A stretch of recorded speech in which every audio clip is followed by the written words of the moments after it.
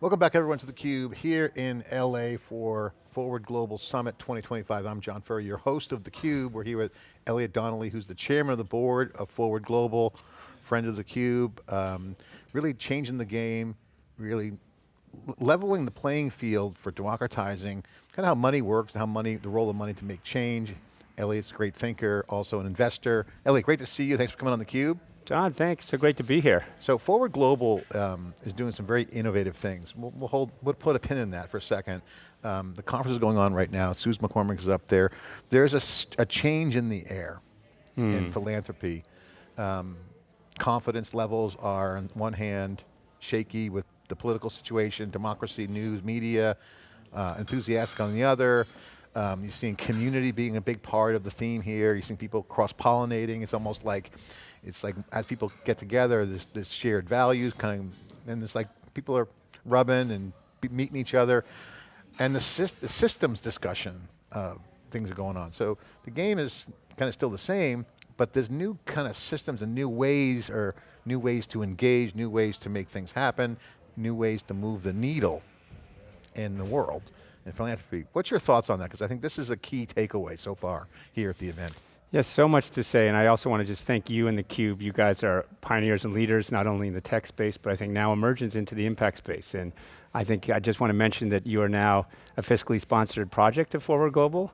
So we've now are spinning up thecube.org. I'm incredibly excited about that, incredibly encouraged by your leadership there and kind of the ability of theCUBE and people like you to start embracing this, because this is a time where we need it more than any other time, I think, that I've lived through at least.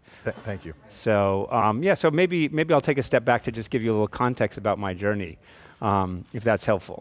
Definitely, yeah. Yeah, so I mean, I think I kind of had the benefit of being from a multi-generational family, but grew up in Berkeley, California, moved there in 1969 when I was 3. And I had the benefit of my family's kind of shielding us from the family legacy. They gave me the opportunity to kind of grow up into an environment with a first generation mentality. My best friends were the sons and daughters of Berkeley professors. I had a wonderful influence of kind of what I would call the radical and very liberal and progressive world of Berkeley, California in the 1960s, but at the same time going back to industrial Republican Chicago. So I had a chance to be in kind of both worlds. And I think really my life's story has been an arc kind of bringing those two worlds together really in service, using different levers to do that, finance and other things. I'm now a venture capitalist. I've also in the past been in finance, but in the earlier part of my life it was service, working at the US government in Capitol Hill, teaching after Tiananmen Square in 1989 at a university there, and then launching 2 social enterprises and eventually getting into finance. But a big life-changing moment for me was in 2006 when I joined the Forward Global community. It gave me an opportunity to be with some of the most, I think, innovative minds in impact, some of the smartest business people, some of the most incredible entrepreneurs, and we had an opportunity over 9 months to take a look at kind of the best practices in the world and how people are deploying capital for impact. So that was a life-changing moment. It's launched me into all the things that I'm doing today, and I went through the stint first as a co-chair of Forward Global with Lisa Kleisner and another group of amazing people, but now have come back in the last 4 years to kind of store the organization through its next iteration. I think one of the things to mention is the first part of when I was coming to Forward Global, I was really focused on one question, which was how do we allocate capital more broadly across silos to more effectively solve global problems? And that's been something I'm still passionate about. You look at ways of blending finance. In the old days, you made your money, you had a foundation you'd set up and you would give it away in grants. The new world is how you work across silos, how you work between finance through technology and through philanthropic lenses to kind of solve global problems in innovative and more effective ways. So in the past, your pool of philanthropic capital is not just something that you gave away. You can now integrate it with finance to underwrite new tranches of risk in the furtherance of impact outcomes. And there's brilliant things that are being done. We have members that are doing this. Susan McCormick, who you mentioned before, is a leader in this field, and there's a whole group of us who've been thinking deeply about how we understand and basically create impact alpha by unlocking these kind of large opportunities that have been stuck in silos. And so to me, there's a huge, huge amount of work that's been done since 2006. Some of our members started the quote impact investing movement. They were, I think, great, they helped to shape it. They weren't founders, but they were part of the early group that helped to lead it. And today, now impact investing is a huge source of opportunity for this sector. I think kind of where I'm now moving, and I think this is kind of what we speak to now, is when you look at the power of networks and the power of trusted networks, this is a time where we need this more than ever. The world is becoming more and more, in terms of tribal, silos, nation states affiliations, people in the states of fear, they revert to areas of kind of their most basic, I think, constructs of safety. And we are herd creatures. If we have to think about Homo sapiens as a species, what did we need to do to survive? We had to congregate in herds. If we were not, the apex predators would eat us. We also had deference to alpha. We also had to constantly scan for threats. If the bush moved, if we didn't think it was a tiger, we'd be eaten. So these types of traits have allowed us to survive through millennium. But I think now we are at a point with the exponential growth in technology, which allows us to have a dispersion of outcomes, both for the good and for the bad. If we don't change our fundamental orientation as a species, we are not going to be able to survive. And so maybe I'll just, two other things before we get there, but I think that right now, what I feel like changing their entire framework is no longer a choice, it's no longer a luxury, it's an imperative if we're going to survive, I believe. Yeah, and the bush is shaking, we don't know what's behind it. Love that analogy. Trust networks, I know we've talked about this privately off camera many times, is an innovation that's an ad hoc thing that happens when you connect things. You mentioned silos. In computer science, silos are death to innovation because you want to have data available. In our world, we as a species signal to each other all the time, and having that collective kind of group connection is key. Talk about that piece, because the word ecosystem has come up a lot here, and that's usually, you hear that in tech companies, like, hey, I want to build an ecosystem, partner network. Forward Global's doing partnerships, and you also have interdisciplinary domain experts, entrepreneurs, scientists, contributing, and then you also have people who are donors, and so there's a lot of, it's a melting pot, but it's also connecting. Talk about that trust network angle, because I think that scales. That is a point where it's on top of, it's not a separate thing, it's an abstraction on top of the world. It's a group of people getting together, because this is a phenomenon. We've seen this in technology, the internet, IP addresses, and then you had domain names, and then you had keyword navigation, a world I'm familiar with. So each layer built on top of the other. This trust network is forming.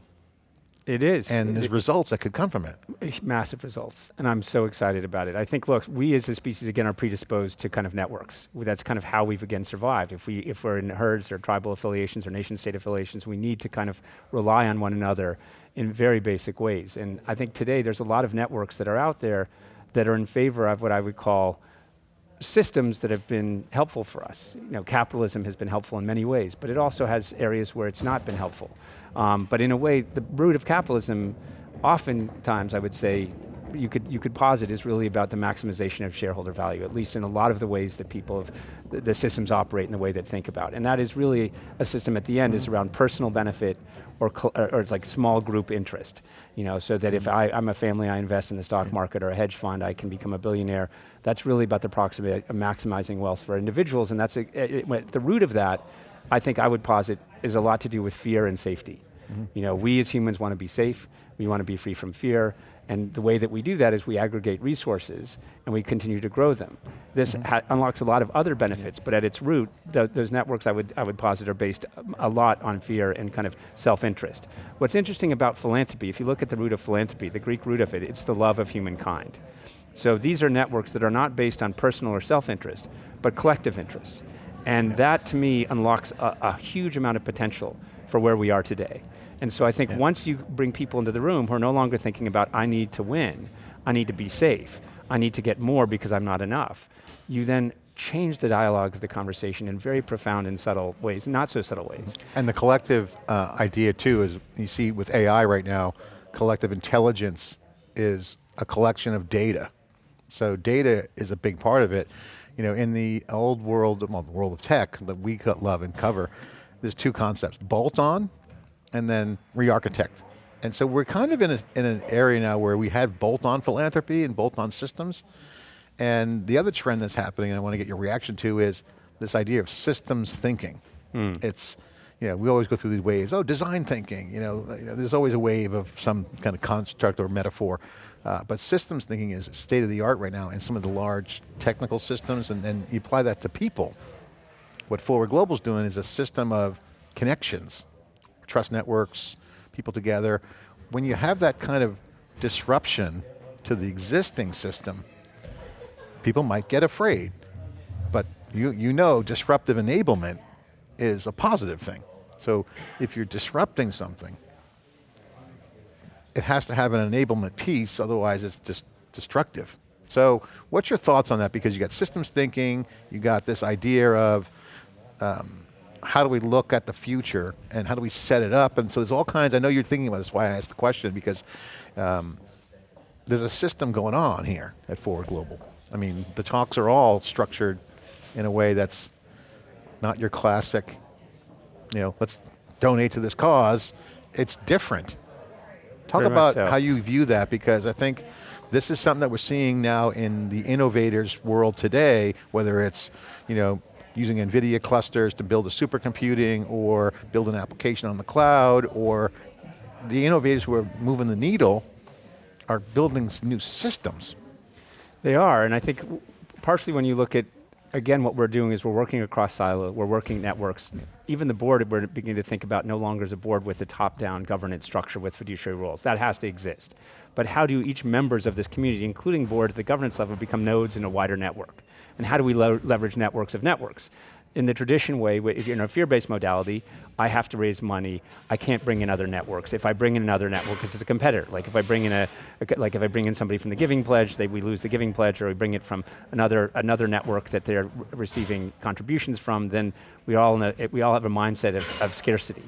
But if you kind of flip it and say, no, we have to lean in to kind of collaboration, we have to lean into networks of networks. If the underlying, I think, intellectual construct is about collective good, then we have to create deep trust, and we have to move at the speed of trust, in which case you can activate these networks very quickly. And you have to be flexible in your thinking. Again, part of the problem is as you're saying, people get afraid because they're stuck in silos that they know. And if they leave the silo, anything that new oftentimes becomes challenging for us as humans. And so I think the idea is you have to, once you get away from fear, and I think it's a kind of very fundamental thing, you see a lot of movements around the world, you see even new innovations in governance have kind of tried to mitigate the ways that humans are in their fear-based states, and tribal states. Why is democracy an innovation? Because we take away the primacy of the individual king or ruler, and we supersede that by law. And that was actually, if you start to think about that, that was enabled in part by the technological revolution of the printing press. With the printing press, you now had the distribution of ideas. It wasn't held in areas. And then you could allow for the belief in laws that could guide and basically modulate or moderate human species' kind of bad tendencies.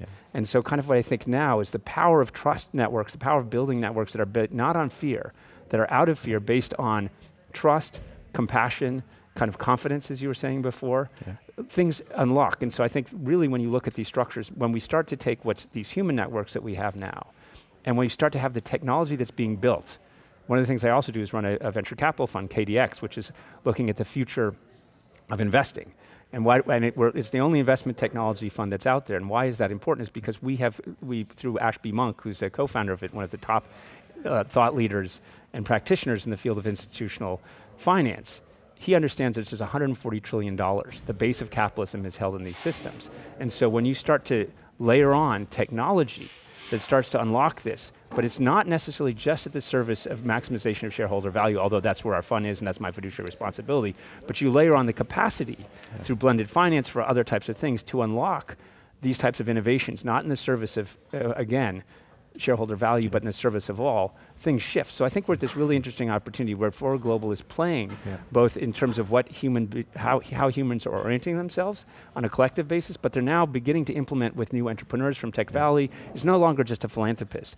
And wealth is no longer just about financial or philanthropic capital. We have to broaden our conversation. When we think about wealth and what wealth is, and it goes beyond it goes back to what is your financial, not only your financial capital, what is your relational capital? What is your intellectual capital? What is your temporal capital? What is your brand capital? What is your intuitive capital? Intuition is another thing we could talk about, which I think is a really underlooked and underappreciated source of value for our species. I think then you can do magical things. But I think, again, so much of the construct that we have in the world of philanthropy, the traditional way, and this is why I don't consider any of us really philanthropists. I think everyone, you're a philanthropist. I think in the end, what we're trying to do is affect change in the world, ultimately, at this moment, to allow the safe passage for our species. Because I think what's coming with the growth of technology that's doubling exponentially every year is we're coming to a point where we, I think, there's a threat to our continued existence. And like the range of outcomes, if you believe that technology is doubling exponentially, widens. On one side it's species extension, and the other side is radical flourishing and evolution. This idea that everyone can be a philanthropist is really a strong idea, because I was at a session yesterday and someone said, John, you're a philanthropist. I'm like, I'm not a philanthropist, because you're donating your time and capital into solving the news problem. I'm like, yeah, that's true, but I'm like, that's my cause. And they're like, yeah, you're right. So I think there's this idea that impact is not just a department or a group, it's the system. So totally agree with you on that. But I want to ask you, because Forward Global is leading this with innovation, the way you guys are organized and what you're doing. What are you guys optimizing for? Because if there's an alpha to be had in philanthropy, that's just a financial construct, okay, great. What is alpha? What do you guys optimize for? You're optimizing for an alpha in collective good? How do you think about that? How do you look at the organization and the system that's developing? What are you optimizing for? Well, I think we're optimizing for the highest and best good for humanity. And when we do that, our kind of leverage points for doing that is starting with human networks, right? Understanding people, because at the end of the day, if you really care about the love of mankind, the love of humankind, you're optimizing, there's no self-benefit in it. It's really just the benefit that you get by contributing to the collective and whole. And so each of us are nodes. Each of us has our relational capital. And sometimes I would think, like, again, the problem with the word philanthropy and philanthropists, we as Homo sapiens, we hear words and then we start to like pigeon them, hold them, and we start to like have attachments to their meaning, and we create a whole stories about what that word means. And so a lot of the way that the rest of the world hears that word should be recontextualized. It should be really, how are we devoting our resources for the most good and the highest good in the most effective and leveraged way? And so how we're trying to do that today, I think, is building networks of incredibly capable human beings with different types of capital, and that they can move quickly, they can leverage fast, that they're not sitting behind through multiple layers of bureaucracies. We're creating kind of So speed is important. Speed is important. I mean, look at the problems we face today. We can't afford to be slow. We have to be smart, but we can't be slow. And so much of the embedded systems, like the grant-making endowed foundation, think about that. You're taking, let's say you have $1 billion exit, and you take 100 million or 500 million or even $1 billion and put it into a grant-making endowed foundation. You're taking 95% of those assets in sort of the standard construct, and you're basically locking them up in something that doesn't deliver impact return. You're only using 5% payout per year. This is an endowed foundation model. You have the CIO over here that's tried to hit their 8% return threshold, financial return threshold, and the MacArthur or the Gates Foundation, they're only looking at that 5%. If I was a hedge fund manager and I said, listen, I want to pitch you on a new hedge fund idea, I'm going to take your collective capital, your $10 million of collective capital in my hedge fund, I'm going to put it under mattress, I'm only exposed 5% to the market, you would walk away. Yeah, it's not a good deal. I mean, most of the time hedge funds leverage it. They try to get 2 to 3x leverage to deliver the financial returns you want. The grant-making endowed foundation model is a broken model if you're optimizing for change and radical change and quick change and leverage change. And so I think like we have to recontextualize these things. We have to work on those networks as we're creating these nodes. We have to look at capital more broadly against all these forms of capital. Sometimes, I don't know if you realize that the biggest change you can affect will be one call that you make to the right person at the right time. It opens the door, it can change the world. And so I think a lot of times we think, oh, it's about that 100 billion. I'm a philanthropist, I'm going to give away money. That is slow, that is broken, it doesn't move quickly. We don't create the change we need. I mean, before cloud computing, waterfall software development was the methodology. It's like slow, and then agile came, and now we got the systems. This is incredible what you guys are doing. And again, I'm super impressed with the ideas and the execution. Talk about Forward Global now, what you guys are doing, some of the things that you're implementing. You mentioned fiscal sponsor, which we're participating in. We're happy to be part of this. What is some of the innovations? Talk about Forward Global's current situation. Obviously, shaping the stories is a big thing. I love the talk yesterday. Stories drive movements. Forward Global is a movement that's happening. What's unique? What are the key things that are happening here that you can point to? I think it's trust, I think it's speed, I think it's flexibility, I think it's looking across silos. It's bringing everybody in who actually has some level of capital, right? Again, we have entrepreneurs here who are not philanthropists, they're startups that we're bringing in. We're trialing this new group within our community. In the past, it was, you had to be a philanthropist to come in, but you take away the philanthropy, like sometimes, like Suze McCormick, she's going to affect more change in 3 phone calls than maybe a traditional philanthropist over the next 20 years, right? So we have to think how we redefine impact, how we redefine resources, and how we deploy them. So one thing is, and also, we're open source. We're trying to create networks of networks. If somebody else is creating another philanthropic network, as long as you have the right values and we can move at the speed of trust, let's bolt you on, because then you're another node of our network. Speed of trust is a great tagline. Elliot, congratulations on amazing work. Forward Global is certainly an innovator. I love the attitude, love the execution, love the results, and again, great community, the confidence, the community, the systems are changing. I want to thank you. I also just want to say that I think theCUBE is doing really innovative work. You are at the cusp. We were actually, my partner Martha Adams, my love of my life for 10 years, was at a session yesterday, and you were listening to kind of the world's philanthropists trying to figure out how we build networks of trust in the media, how we create new models. And she was just like, John should speak up. theCUBE is what's at the center of the innovation. So I think, like, whether you know it or not, you're a new node in this network. You are through, and you are, because you are now at Forward Global, you have a .org, we have theCUBE that's set up. I would also say that, like, when we look at kind of those innovations, it's like once we bring in these nodes of the networks and people have this higher sense of what we're trying to do, which is like we're trying to solve the pressing problems because we can't afford to do it otherwise. And I think the final thing why I'm so excited that theCUBE is here today is that your brand has been a very strong, very recognized brand in the field of tech. You do incredible things. You yourself are taking that jump where you're now looking at your capital in new ways, your networks in new ways. And you are another node in our network. You are now a member of our network. We have other people that we're bringing in. And I think when now we bring in technology and we start to take what's happening in the real world, we accelerate it through the technology built with the right purpose, which is we again want to solve the most pressing problems today in the quickest way. I think it's magic. Well, I'm looking forward to contributing to the journalism democracy problem. I can contribute there, bring our capital and our minds. Elliot, it's been great, and again, you know I love networks. Trust networks are the future. I think it's going to be an open network. Open source concepts are coming to people. And I think this is going to, what you're doing is revolutionary, and it'll have a very positive outcome, and I'm happy to be along, and I love the tech, finance, impact pillars of networks. It's kind of like .com, .net, and .org. We got theCUBE, NYSE, Forward Global, top level directories of trust happening. And so trust, one last point, I know we have to go, but I want to just make this point because I think it's very important. I think there's a whole side of kind of change that we can create in the world and value that we can create when we unlock what I would call intuition, something beyond the thinking mind. And some of the top entrepreneurs that I've met and some of the top scientists I've met, when I ask them how much does their rational mind, their construct thinking, theory of change, their Yale or Harvard or MIT education play in making the most important decisions, the most important leaps in their work. And almost none of them that I've talked to, and this is an anecdotal study, have said, it's my thinking mind. It's those moments of intuition.